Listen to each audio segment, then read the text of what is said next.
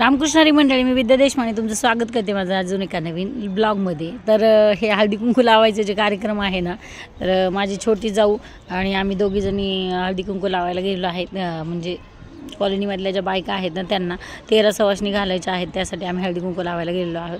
तर आता ह्या हळदी सवासणी जर म्हणायचं गेलं ना तर ह्या सवासणी आहेत माझ्या गेल्या वर्षी सासूबाई वारल्या होत्या आणि त्या सासूबाई आयो वारल्या होत्या। आयो म्हणजे नवऱ्याच्या आधी वारल्या त्यामुळे मग त्यांचं सागर संगीत असं आयो 13 बायकांना जेवायला घालून जे ज्या काही रीतीभातीप्रमाणे करायचं आहे ना ते करायचं आहे आज। आणि खरं सांगायचं म्हटलं ना तर कसं वर्ष उलटून गेलं कळलंच नाही। ह्या त्या माझ्या सासूबाई ज्या गेल्या वर्षी अपघाती त्यांचं निधन झालेलं आहे।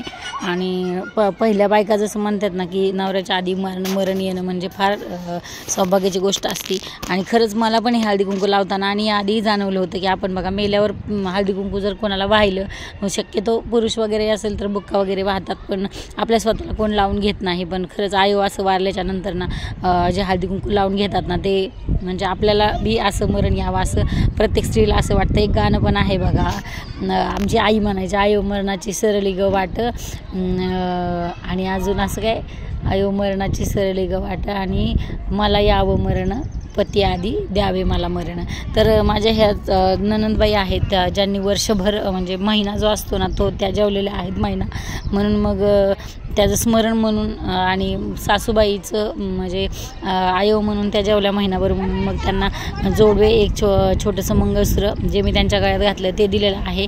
त्यानंतर त्यांना साडी चोळी जे काही असतात म्हणजे 5 भांडी आहेत आपल्या मराठी संस्कृतीत जे काही आहे ते केलेलं आहे। यासोबत काय 5 भांडी आरसा कंगवा ज्या काही सौभाग्याच्या वस्तू आहेत त्या सगळ्या दिल्या। आणि ते जोडवे काय केलं ते जोडवे निघेना, बराच वेळ प्रयत्न केला पण ते जोडवे काही निघालेले नाही आहेत। मग त्यानंतर बायका बऱ्याच वेळ खोळंबल्या होत्या मग, आणि छोटी जागा असल्यामुळं खोळंबलेल्या बायका आणि जेवायला खूप उशीर झाला कामामुळं, त्यामुळं मग मी ते जोडवे घालायला नंतर घालूयात असं म्हटलं आणि मग हे थांबवलं आणि पहिलं तर जेवायला वाढायला घ्यायचं ठरवलं। आता जेवायला घ्यायच्या टायमाला पहिलं तर हळदी कुंकू लावलं पाहिजे।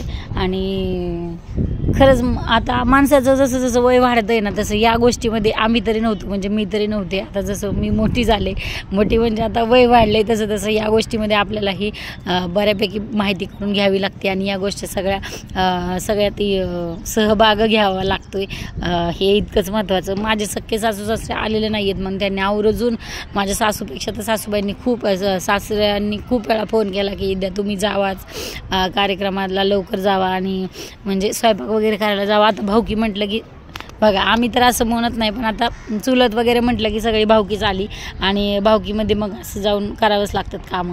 आणि ह्यातले बऱ्यापैकी ह्या सगळ्या बायका सगळ्या आल्याच्या नंतर सगळ्यांना पहिलं हळदी कुंकू लावून घेतलं आणि हळदी कुंकू लावल्याच्या नंतर 13 सवासणी आमच्या इकडे तरी घालतात, तुमच्याकडे किती घालतात ते कमेंटमध्ये।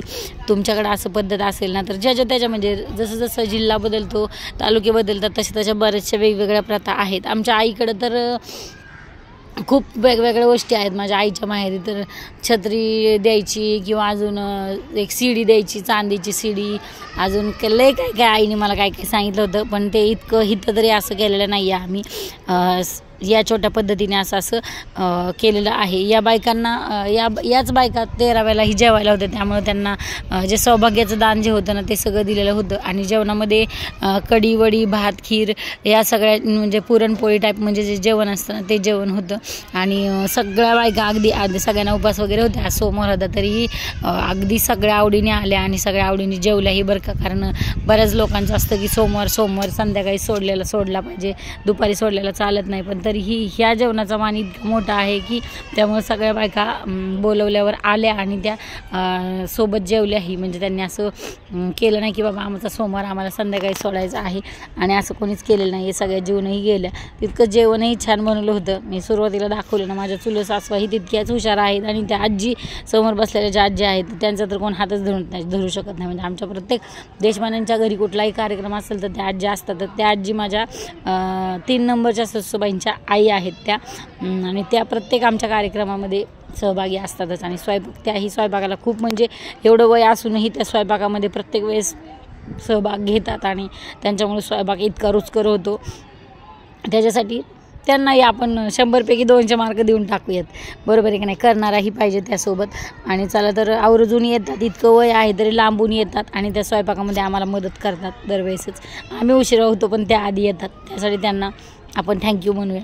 आणि त्यानंतर हे जे जोडवे होते ना ते मी काढले नंतर आणि मग पायामध्ये घातले. आणि पायामध्ये घातल्याच्यानंतर चप्पल पण द्यायची असते, ती चप्पलही आणली होती माझ्या सासूबाईंनी. जोडवे घातले पायामध्ये आणि यांच्या लग्नात मला घालायला नव्हते भेटले जोडवे, पण कदाचित हा योग माझ्या हातून झाला आणि ह्यांनी जोडवे माझ्या हातून घातले असं आपण म्हणूयात. आणि जोडवे घातल्याच्यानंतर चप्पलही घातली. आता नणंद आहे म्हटल्यावर छोटी असू द्या नाही तर मोठी असू द्या, तसं तर घरात सगळ्यात मीच मोठी आहे, पण नणंद असल्यामुळं त्यांच्या पाया पडणं मी लागतं. आणि मग चप्पलही घातली आणि मी त्यांच्या पाया पडले आणि त्यांच्याकडून आशीर्वाद घेतला. चला तर तुम्हाला हा ब्लॉग कसा वाटला कमेंटमध्ये नक्की सांगा. व्हिडिओ आवडला असेल तर लाईक करा आणि सबस्क्राईब करायला विसरू नका. राम राम मंडळी, जय संताजी.